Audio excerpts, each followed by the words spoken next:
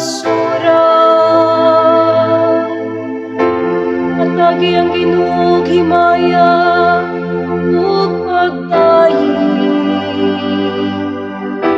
at lagi ang Ginoo sa himaya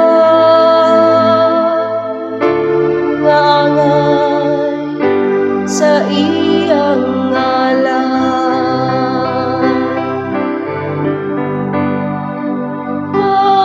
Pagsadya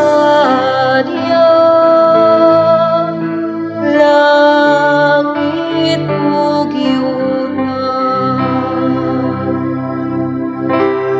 pagdala kamog mga gasa ug sulod sa iyang kahawanan. Simbaha ang Ginoo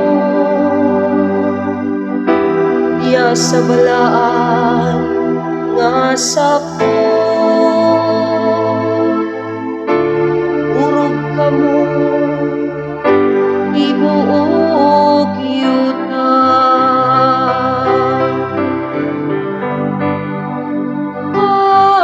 pagsadya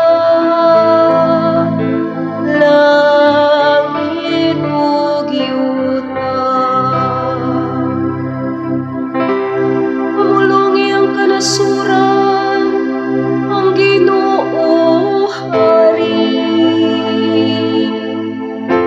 gilingon niya ang kalibutan aron dili matarong.